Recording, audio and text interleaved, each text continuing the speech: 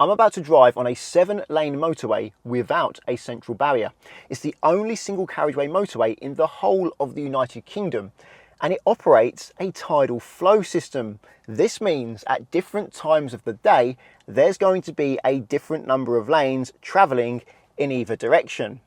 The road in question is the A38M in Aston, Birmingham, also known as the Aston Expressway.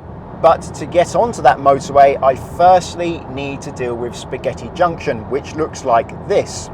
I'm sure it's going to be easier than it looks, but what's interesting is if you add up the length of all of the slip roads that make up Spaghetti Junction, they're actually longer than the A38M motorway is going to lead me onto. Albeit the motorway is not exactly long, it's only 2 miles long, but it's far from the shortest. That crown goes to the A8M in Glasgow, a tiny little motorway just 0.2 miles long. So here we are, A38M 1 mile away.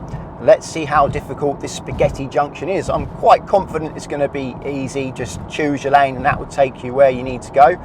But quite often the difficult thing is choosing the lane you need. But we'll see just how easy or difficult this one really is. So another sign, A38M Birmingham Central. That's where I need to go. And it looks like we've got a temporary variable speed limit of 50 miles per hour. There we go. I'm just about to see that amongst these lorries. It's a bit weird being overtaken by all these lorries, but I need to be in this lane to go where I need to go.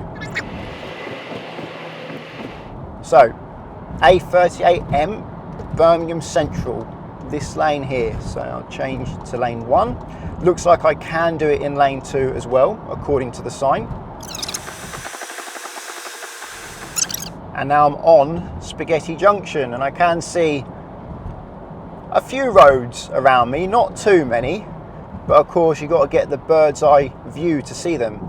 A38M Birmingham Central. Variable speed limit ends, but advisory 40 mile per hour speed limit on the bend.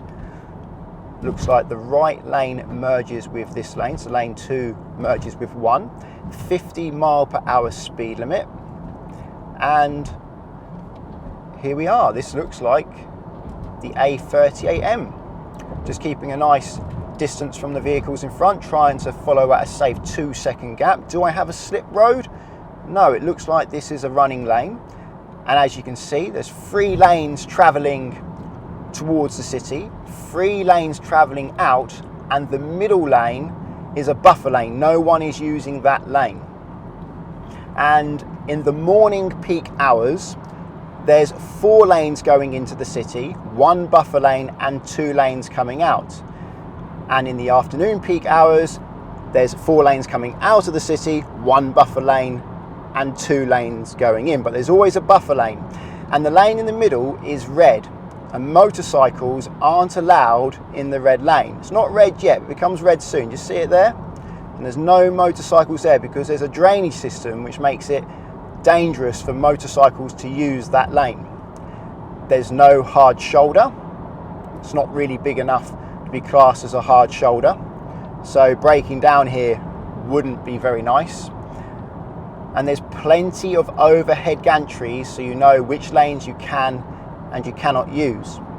I'm now travelling in the opposite direction, and as you can see, I have 3 green arrows telling me which lanes I can use and 4 red X's telling me the lanes I can't use. Both myself and the oncoming cars can see a red X over that middle lane. It's worth noting that although this is not a dual carriageway, it is a motorway, and I should be in the left lane unless I'm overtaking, as stated in the highway code by rule 264. However, at the moment I need to be in this lane because I want to stay on the A38 and I need this lane to do that. But if it wasn't for those signs, I should overtake in the right lanes and move back to the left lanes once I have finished overtaking. What is also unusual, something I've not seen before, is just after the A38M ends, you're greeted with this junction. I'm turning right across the path of traffic, yet the oncoming cars give way to me. They have the give way line. That's very unusual, and I bet it does confuse people who don't know the area. It's worth noting that if you're going into the city on the A38M, you do actually go into a clean air zone. So you need to check to see if you need to pay a charge or if your car is exempt from that zone. You can do that online. The A38M is actually only a very small part of a very big road, the A38, which starts in Bodmin, Cornwall and goes 292 miles right the way up to Mansfield in Nottinghamshire, making it the longest two-digit A road in England.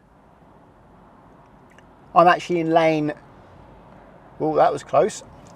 I'm actually in the lane to go to M6 London at the moment, and because lanes 3 and 4 go towards the A38 and not as many people are going there, they're quite free, so people are trying to cut across lane 2 to get to lane 3 and 4, and it is creating a bit of havoc at this junction where people are side on trying to enter flowing traffic, and it happens quite forcefully, probably because they're used to doing this and they've lost their patience with waiting patiently. So it's 4:40 in the afternoon, and here is an example of tidal flow. 4 lanes are open to leave the city, 1 lane is closed to everybody, that's the buffer lane, and 2 lanes are open to enter the city. My question is, do we need the buffer lane?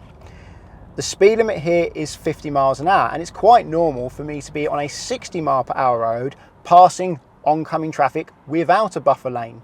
So as the speed limit is lower here, it's not like a 70 mile an hour road, it's 50. Do we really need that buffer lane, or could it be put to better use to try and help ease traffic flow? What do you think? Let me know in the comments. Well, I hope you found the video interesting. If you did, please give it a thumbs up. And if you're looking for car insurance, check out the links to Collingwood and Confused in the description. If you're learning to drive and want to insure yourself on somebody else's car, then Collingwood are there for you, because you can do so without affecting the owner's policy. And that takes away a big stress from the owner of that car that you're using to practice your driving in. Via the link at the moment, is up to 35% off and a £20 Amazon gift card. If you want to insure your own car, I recommend checking out the link to confused.com, because you fill out 1 quote form and get loads of quotes back from many insurers to compare who's cheapest. And you can change your car on that quote as many times as you like without having to do the whole quote again. So it's a quick and easy way to compare how much it costs to insure different cars. Using the links doesn't cost you anything, but it does support the channel, so thank you very much. Subscribe to get my future videos, and until the next one, cheerio.